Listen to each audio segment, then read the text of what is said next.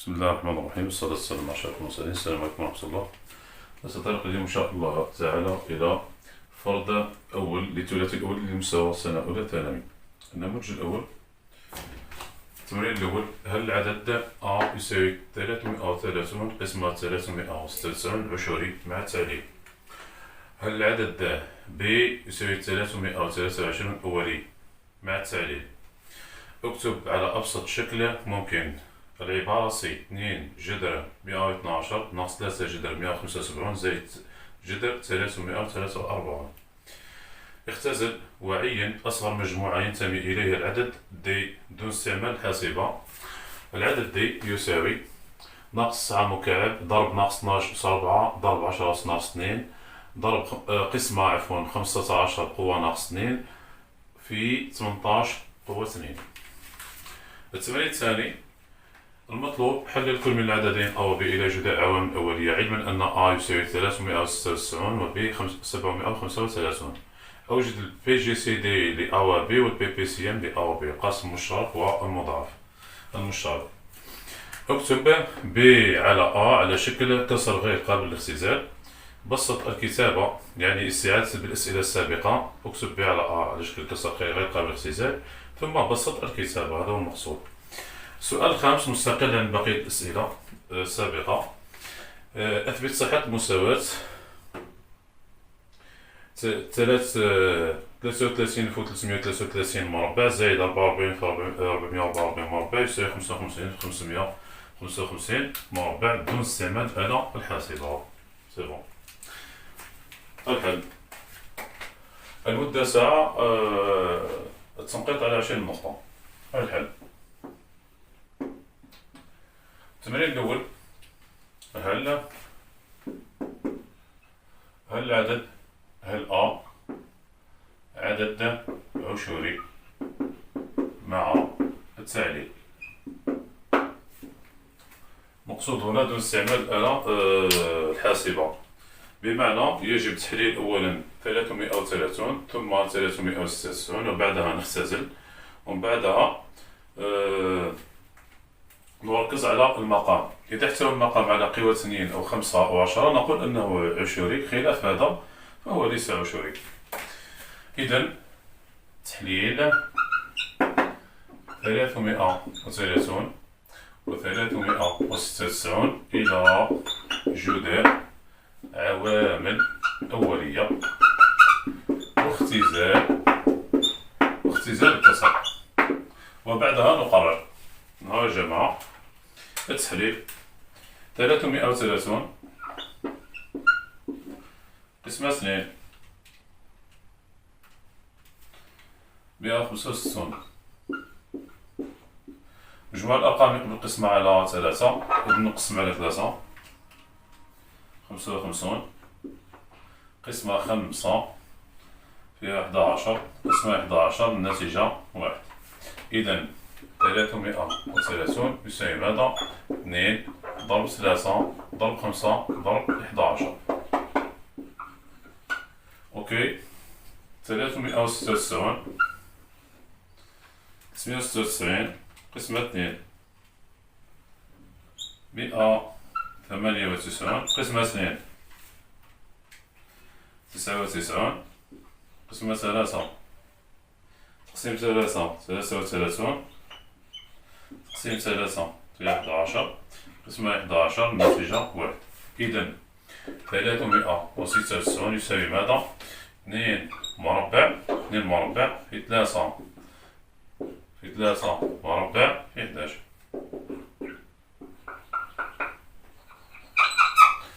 لتحقق صحة التحليل يا جماعة يمكن الاستعانة بالحاسبة. 2 ضرب 3 ضرب 5 ضرب 11 يجب إيجاد 330. نفس الشيء 2 مربع 3 مربع ضرب 11 يساوي 396. هذا يتحقق من صحة العمل. وبعدها نختزل. الاختزال A ماذا يساوي؟ 330 قسمة 396. هاي عوضنا 330 بما يساوي 2 ضرب 3 ضرب 5 ضرب 11 2 مربع ضرب 3 مربع ضرب 11. بعد الاختزال ماذا نجد؟ نختزل 11 ونختزل 3 ونختزل 2. إذا النتيجة نتيجة البسط 5 ونتيجة المقام هنا تبقى 2 وتبقى 3. إذا النتيجة بعد الحساب ماذا وجدنا؟ 5 قسمة 2 على 3. يمكن تأطير هذه النتيجة. لماذا؟ لنركز مع المقام. المقام يحتوي على 2 لكن وجود 3 دليل، يعني إذا وجدنا 5 على 2 فقط نقول أن العدد عشري، لكن وجود 3 ما معناه في المقام والكسر هنا غير قابل للاختزال، ما معناه معناتها النتيجة هذه ماذا تمثل عدد ناطق. 5 على 6 تنتمي إلى مجموعة الأعداد الناطقة. إذا الإجابة واش نقول هنا؟ نقول بلي ليس عدد عشري، وإنما عدد ناطق، عدد ناطق. لماذا؟ لوجود 3، لأن مقامه يحوي العدد 3، لأن مقامه يحوي العدد 3 ولا يمكن اختزالها.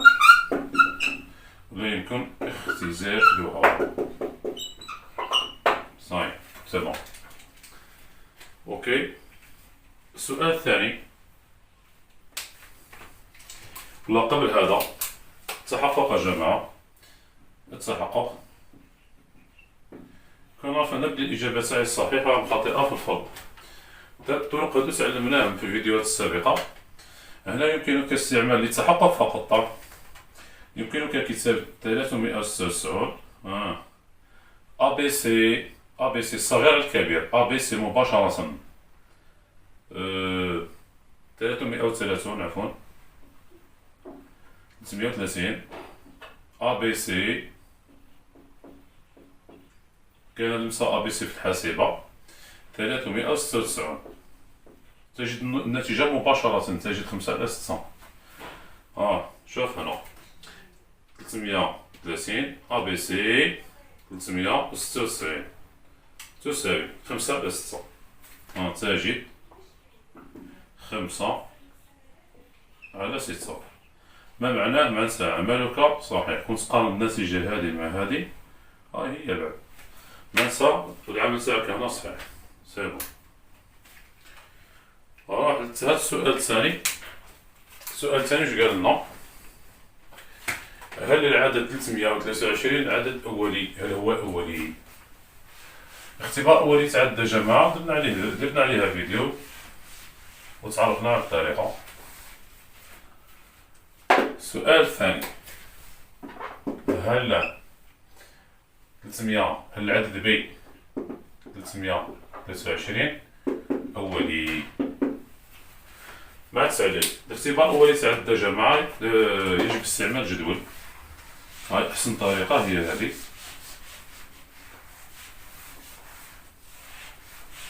ركزوا معنا.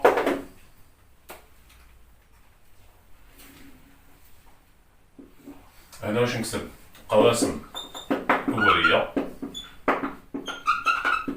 هنا جماعة كل واحد يتبع درس أستاذ. هذه أحسن طريقة. أكتب القواسم الأولية، وهل يقبل العدد ب القسمة على، وهنا نكتب لنا حاصل القسمة. سي بون. القواسم الأولية يا جماعة واش عندنا؟ 2 3 5 7. في رأيكم يا جماعة اللي حضروا معنا الفيديوهات السابقة؟ أين نتوقف؟ إذا كانت جميع الأجوبة لا، أين نتوقف؟ كمعلومة فقط، يمكن جذر 323 ماذا تساوي 17 فاصل، يعني ورا 17. إذا كانت جميع الأجوبة لا ورا 17 حبس. عندي 11 هنا 13 17 نزيد خطوة، يعني في حالة ما إذا كانت الأجوبة كامل لا، هنا عند 19 توقف. خلاص سي بون. يا جماعة 323 تقسيم 2. واش عندنا هنا؟ 161.5. مادام الناتج يخرج بالفاصلة إذن الإجابة هنا لا. كنقسم على 3. ماذا نجد؟ 107.66. إجابة إذن لا. الحاسبة جماعة لربح الوقت يمكنك استعمال العجلة فقط غير إلا القاسم الأولي، يعني ما تبقاش كل خطرة تكتب 323 بحيث ربح الوقت. دوكا نغير 3 في بلاصتها 5. 64.6. الإجابة لا. قسمة 7.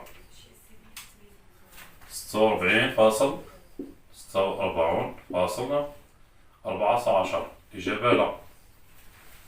قسمة 11. 29.36. إجابة لا كذلك. قسمة 13.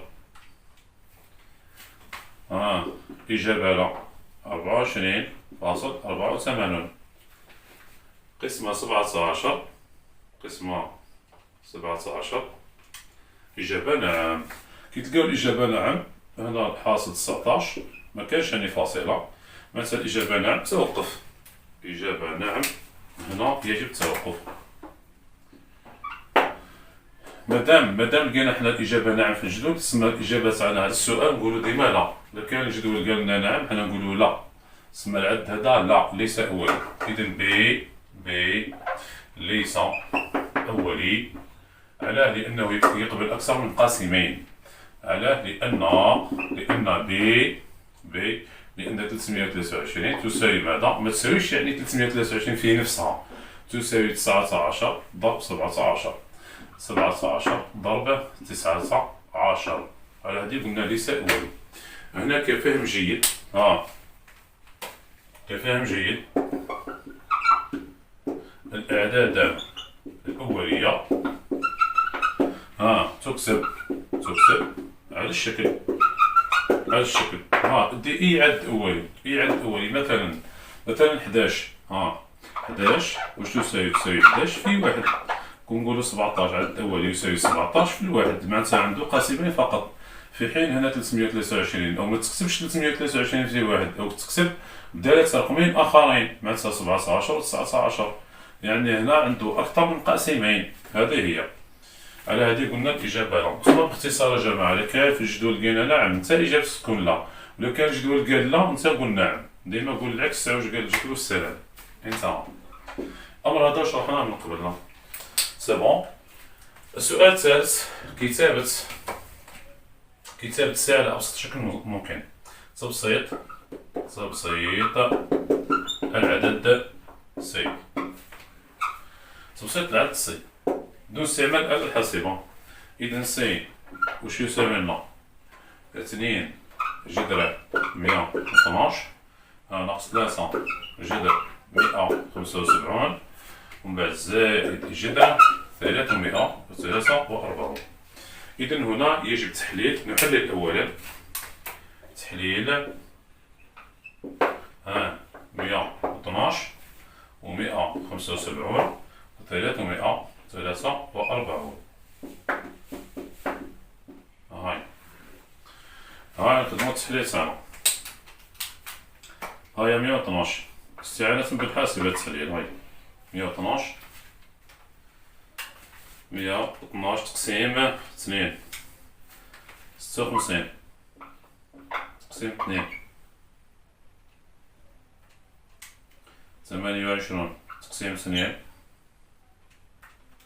14 تقسيم 2 7 قسمة 7. الباقي ماذا؟ 1. الباقي 1. ما معناه؟ معناتها 112 وش يساوي لنا؟ 2 أس 4 ضرب 7 زيد 175. مجموع الأرقام عندك 8 و 5 13. ما تقبلش القسمة على 3، قسم مباشرة على 5. تقسيم 5 35 على 5 فيها 7 على 7 تساوي الباقي واش؟ 1. يساوي 1 عفوا. عندي 175 ماذا تساوي 5 مربع ضرب 7 ضرب 7. زيد 112 112 قسمة 2 تقسيم 2 56. 112 هضرنا عليها جماعة، عفوا 343 عفوا 343. مجموع الأرقام هنا لا يقبل قسمة على 3، ما يقبلش قسمة على 5. نحطو ل 7. 343 تقسيم 7 49. قسمة 7 قسمة 7 1. ما معناه؟ معناتها 343 343 ماذا يساوي 7 مكعب. يساوي 7 مكعب. سهل. دوك نديو النتائج هادو، نعوضوهم هنا العبارة سي. وكي تخلص الخدمة ماذا بيك تقول لي إلا كان صحيح ولا غلط.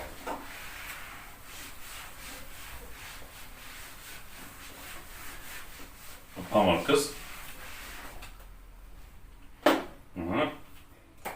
إذا سي تساوي 2 جذر 112 كي قلنا 2 أس 4 في 7 2 أس 4 ضرب 7 ناقصة 3 جذر 175 هي 5 مربع ضرب 7 ومن بعد زائد جذر 343 عبارة عن ماذا؟ عن 7 مكعب. شوفوا يا جماعة قبل التبسيط هنا يجب كتابة جميع الأعداد على شكل أ مربع. كما هنا 2 أس 4 نكتبوها هسه 2 مربع في 2 مربع لتسهيل عملية الحساب. ضرب 7 ناقص 3 جذر 5 مربع ضرب 7 زائد جذر 7 مكعب هي 7 مربع ضرب 7. سي بون. ها يا جماعة يمكن فصل الجذر هنا في الجذر تقدر تفصل الجذر. الجذر 2 مربع هاي 2 هذه تنحي تربيع والرقم نخرجوه خارج الجذر معناتها 2 زيد هنا ثاني كيف 2 هنا 7 ما عندهاش تربيع معناتها تبقى داخل الجذر والانتهاء ناقص. هذا اسهل سؤال في الجذور او دوك ننتقلوا من الاسهل للاصعب. هنا يا جماعة في القوى نقدروا نصعبوا، في الجذور ثاني نقدروا نصعبوا. ناقص 3 في جذر 5 مربع تساوي 5 7 ما عندهاش تربيع تبقى داخل الجذر. سي بون. زايد ماذا؟ 7 مربع جذر 7 مربع ماذا تساوي 7 في جذر 7. سي بون. هذه قدام 2 في 2 في 2 تساوي 8 جذر 7 ناقص 15 جذر 7 زائد 7 جذر 7. إذا الناتجة غنستخرج جذر 7 كعامل مشترك. عندي هنا 8 ناقص 15 زائد 7. هذه يا جماعة كم تساوي 0. شوف الخطأ تاع التلاميذ هنا التمرين هذا خدمته مع التلاميذ. كاين الكثير اللي خلاو لنا النتيجة كي لقى هذه 0 خلا لنا النتيجة جذر 7. كي تحسب لك غلطة تحسب غلطة هنايا 0 في جذر 7 0 ضرب 0 ضرب ماشي تجيبها من بعد توضر لي العلامة. 0 جذر 7 ماذا يساوي 0 0 عنصر ماس العدد اللي تضرب في الصفر ويمتص. السي غلطة راك دوك نقول لك بلي صحيح ولا غلط. هنا أنا واش وصيتكم خير قلنا في كل سؤال يمكن التحقق من صحة النتائج. تعلم طرق التحقق والأفكار الذهب. لا انتهى.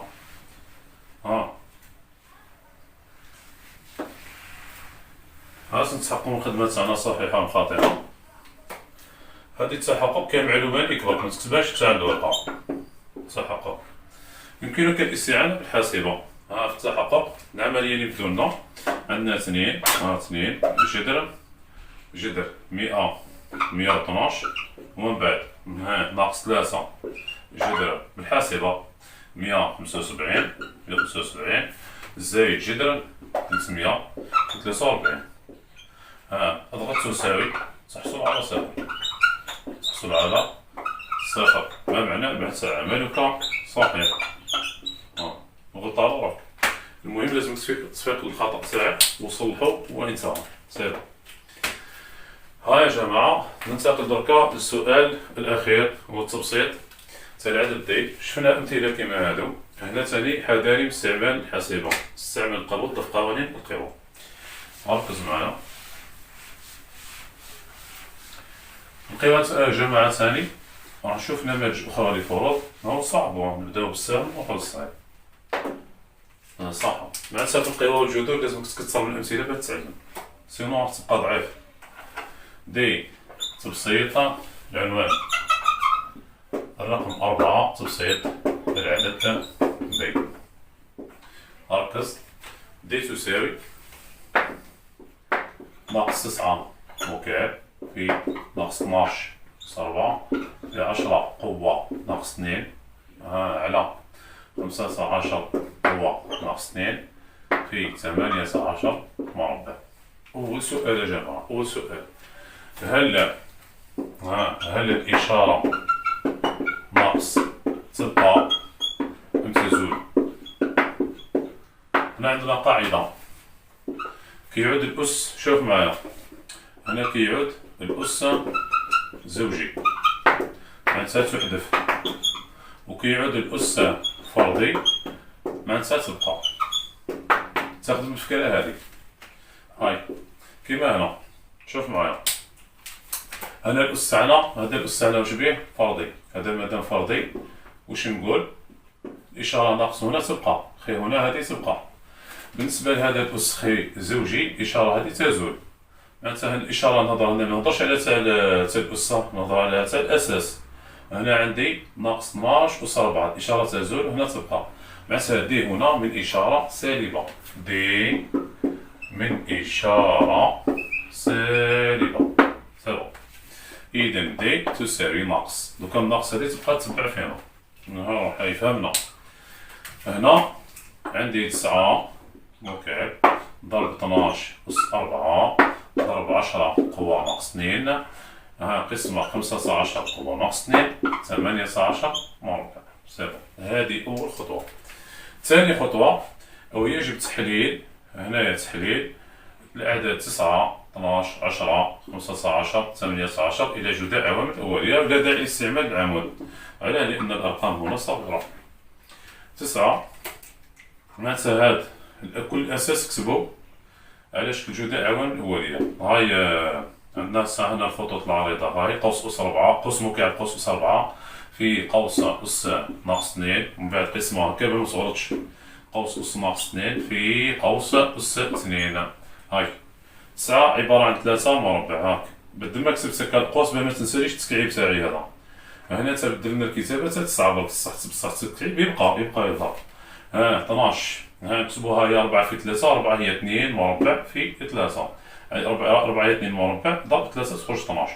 عندي 10 هي 2 ضرب 5، عندنا 15 3 ضرب 5، وعندنا 18 هي 9 في 2 وتمثل 3 مربع ضرب 2. هنا قانون يا جماعة، كاين زوج قوانين اللي يخدموا بزاف في القوى. للتذكير، تذكر، واش قلنا؟ في بي كل أس ان ماذا تساوي أ أس ان ضرب بي أس ان، وعندنا أ أس ان الكل أس ام ماذا تساوي أ أس ان ضرب ام. فوالا هادوما زوج قوانين اللي يخدموا بزاف.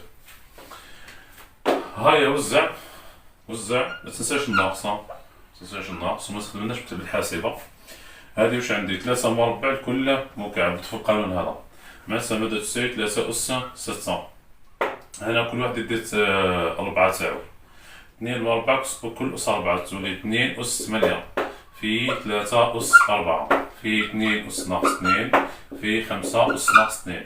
بالنسبة لهذا كيف وزعنا الأس باسكو ضرب 3 أس ناقص 2 5 أس ناقص 2. عندي 3 مربع تولي 3 أس 4 وفي 2 مربع. سي بون. ثاني خطوة يا جماعة، يجب تحويل القوى جميع القوى إلى قوى موجبة. معناتها هادو اللي سالبين نهبطوهم للأساس، وهادو اللي موجبين نطلعوهم الفوق. والله إلا كان عندك حدود متشابهة يمكن اختزالها مباشرة.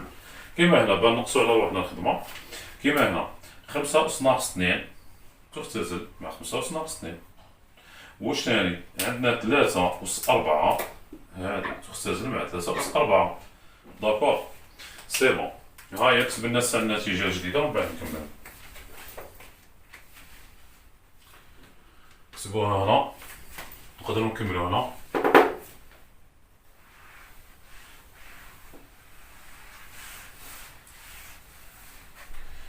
هاي كملي. واش تساوي لنا ناقص. شوف هنا 3 أس 6، 3 أس 6 نخليوها هكاك الساعة.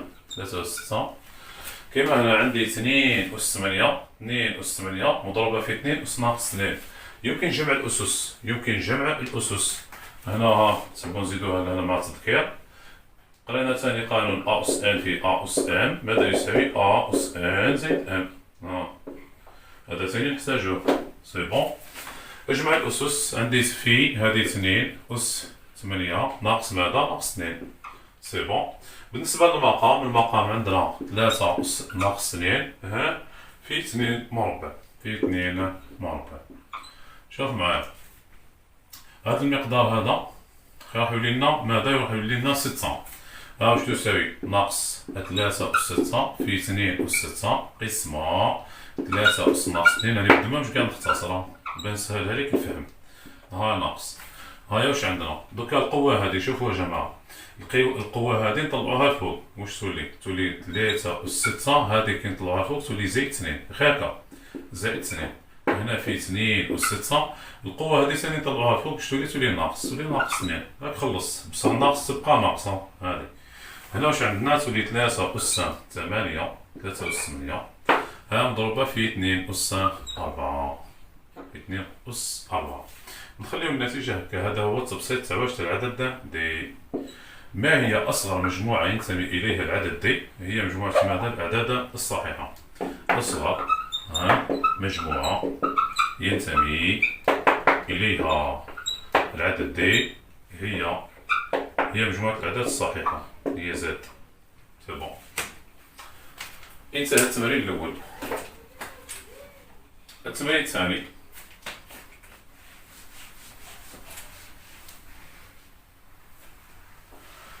هنا يمكنك أيضا التحق بمساحة النتيجة استعانة بالحاسبة كما تطرقنا للأمر هذا في الفيديوهات السابقة. بس أعرف العمل تاعك صحيح خاطئ. لا علينا. التمرين الثاني،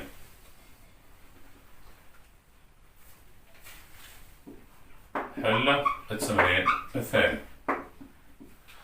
ها يا جماعة عندنا قال لك حلل تحليل العددين أ و ب. هنا الخطأ هنا يا جماعة اللي يغلط في التحليل التمرين بكل راحة، يعني اللي يغلط في الخطوة هذه بكل راحة ولو خدم بحذر. هيا بالنسبة للعدد ده أ 396 396 قسمة 2 396 تقسيم 2 198 198 قسمة 2 99 تقسيم 3 33 تقسيم 3 11 تقسيم 11 1. إذا 396 تساوي ماذا؟ 2 مربع ضرب 3 مربع ضرب 11. سي بون. زدنا العدد الثاني 735. مجموع الأرقام 8 و 7 15 يكمل القسم على 3. 735 تقسيم 3 245. عندي 9 11 ما يقبلش على 3 والقسم على 5. رقم الأحاد 5. تقسيم 5 كم؟ 49. 49 على 7 فيها 7 على 7 كم تساوي الواحد. إذا 735 تساوي ماذا؟ 3 ضرب 5 ضرب 7 مربع. شوفوا يا جماعة، أنا ما ديريش قادر تغلط كتحقق. عاود حسب هذه بالحاسبة. 2 مربع في 3 مربع في 11. إلا لقيت 396 كمل. هنا ثاني نفس الوصية 3 في 5 في 7 مربع. إلا لقيت هذه كمل. أو كون ما تحققش وكون تغلط في الزوج هادو ولا في وحدة فيهم وراح لك الفرض هذا 6 نقاط هكاك راح تحقق معك ما خسر. خسر علينا 10 ثواني. هيا أوجد ثانيا إيجاد البي جي سي دي ل أ و ب. بي جي سي دي يا جماعة، بي جي سي دي ل A و B. باختصار شديد هو النتيجة تاعو بقي صغيرة. مادام نتيجة صغيرة هو هو يخدم بالعوامل المشتركة بأصغر أس. أحسن طريقة وأسهل طريقة، ما تخطيش القاعدة. القاعدة لازمك تكون فاهمها، هذه هي. دونك إنسان ما هي العوامل المشتركة ما بين هذا وهذا؟ ما هي الأرقام يعني المتشابهة؟ الأرقام المتشابهة كاين ثلاثة، هذا كاين ثلاثة، كاين هنا وكاين هنا. حنا نديو أصغر أس في البي جي سي دي، دي الصغير فيهم. معناتها البي جي سي دي هنا ماذا يساوي؟ يساوي ثلاثة. الخمسة كاينة هنا وهنا ما كانش، هنا سبعة كاينة هنا وهنا ما كانش، نفس الشيء بالنسبة لاثنين وحداش كاينين هنا وهنا ما كانش. سي بون، تسمى ثلاثة هو العامل المشترك الواحد، حنا نديو الصغير فيهم باسكو الأس تاعو واحد. معناتها البي جي سي دي تا أ و بي ماذا يساوي ثلاثة. يعني العامل هنايا أخذنا ماذا؟ العوامل المشتركة وبأصغر أس. بالطبع كل عام ناخذه مرة واحدة. غادي نبدا بالاكسراي. تحقق جماعة مش محتمس بالورقة. تحقق يمكن استعمال الآلة الحاسبة. هيا نبدا بالرقم الصغير 396. استعمل المسار أ بي سي. نبدا ديما بالصغيرة. 735. 396 أ بي سي 735. ماذا نجد؟ 132 قسمة 245. تسمى دير في حساب كل بي جي سي دي ل أ و بي هو الصغير هذا على هذا، والله هذا على هذا كيف هو 396 تقسيم 132. كنت تحسبها بالكالكولاتور تقدر تلقاها 3. تقسيم 132. ماذا نجد 3. معناتها عملك صحيح. تعلم تخدم وتحقق صحة النتائج بلا ما يصلح لك الأستاذ، انت تصلح روحك. سي بون، زيد حسب لنا دركا البي بي سي ام. البي بي سي ام ل أ و بي واش يساوي؟ بي بي سي ام يا جماعة كيما شرحنا من قبل. البي بي سي ام النتيجة تاعو تجي كبيرة بزاف، معناتها هو يخدم بالعوامل المشتركة والغير مشتركة وبأكبر أس، باه نتيجته راح تجي كبيرة بلا ما تحفظ القاعدة. وكل عامل بيان سور خلينا ناخذ كل عامل مرة واحدة. يا جماعة هنايا نبداو بالعوامل المشتركة. العوامل المشتركة أنا عندي 3، وقبيل في البي جي سي دي دينا 3، دوكا في البي بي سي تدي 3 مربع تدي هذه. نبدا بالعوامل المشتركة والغير مشتركة راك تديهم كامل. معناتها هنا باه نسهل لك، هنا دينا في العوامل المشتركة دينا الكبير فيهم، في الغير مشتركة نديوهم كامل. سي بون. العوامل المشتركة واش عندي؟ 2 مربع، عندنا 11 وعندنا 5 و7 مربع. احسب البي بي سي ام تاعك. واش راح نلقى؟ عندنا 9 ضرب 4 ضرب 55 ضرب 49. 97 23.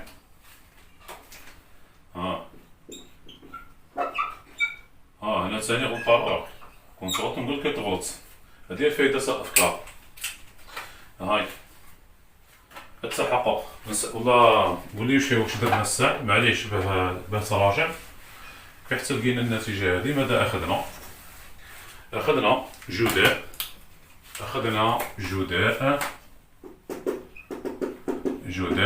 العوامل المشتركة والغير مشتركة وبأكبر أس.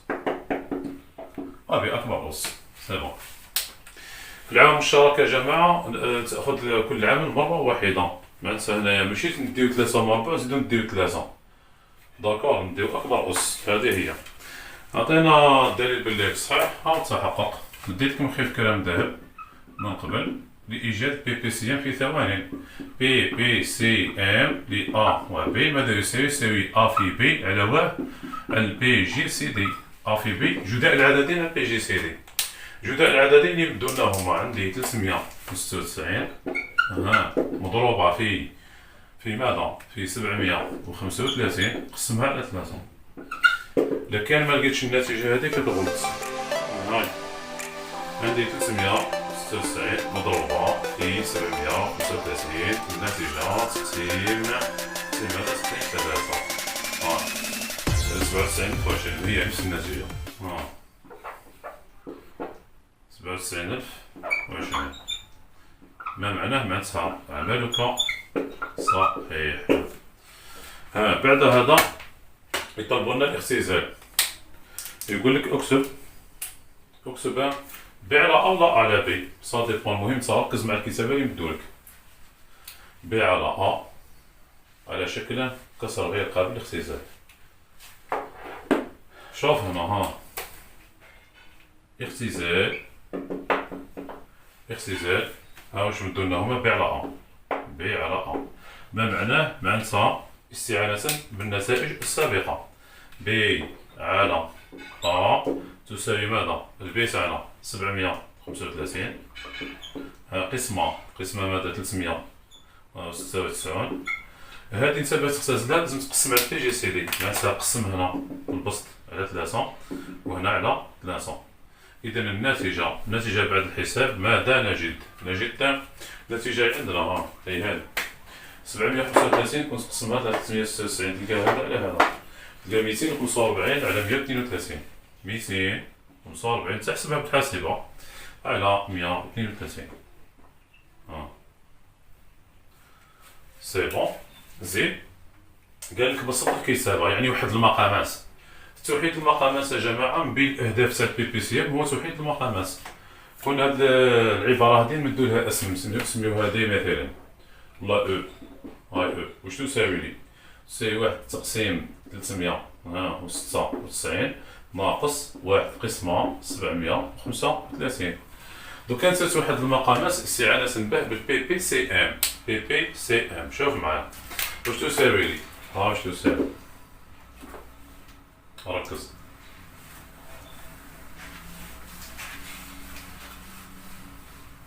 ركز معايا. يا جماعة دوكا البي بي سي ام تاعنا بان واحد المقامات هنا. عندي 1 على 396. هنا باه نلقى البي بي سي ام واش لازمك دير؟ تقسم هنا باه نشوف العدد اللي مضروب في 396 باه نلقى النتيجة هذه. انت قسم البي بي سي ام على هذا باه تلقاه. يا جماعة عندي 97,020 قسمة 396 تقسيم 396 ماذا نجد؟ 245. يعني هنا هذا يضرب في 245 وهذا كذلك. هنا النتيجة واش راح تخرج البي بي سي ام. هذا كل مقام تاع القصور تاعك ناقص. وراح بطريقة مماثلة. واش عندي هنا ثاني؟ 1 تقسيم 735 نفس الشيء. هاي قسم لنا البي بي سي ام على هذا قسمو على هذا باه تلقى الرقم مضروب فيه. عندي 97,020 قسمها على 735 ماذا نجد؟ 132. 132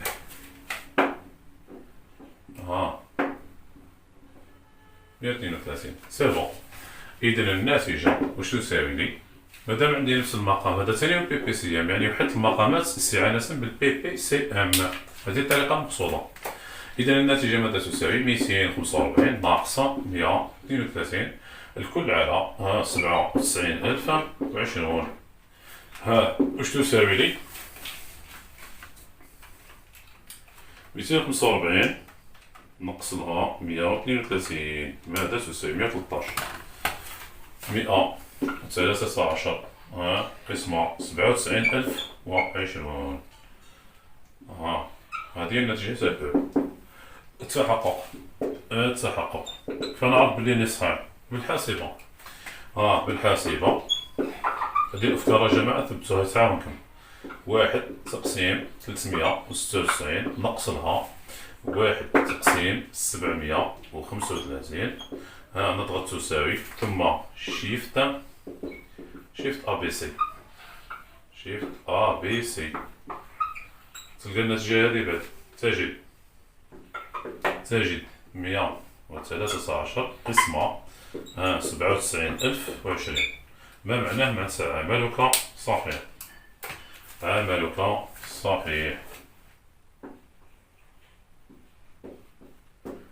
الخاتمة ختاما نختم سؤال يتطلب التركيز.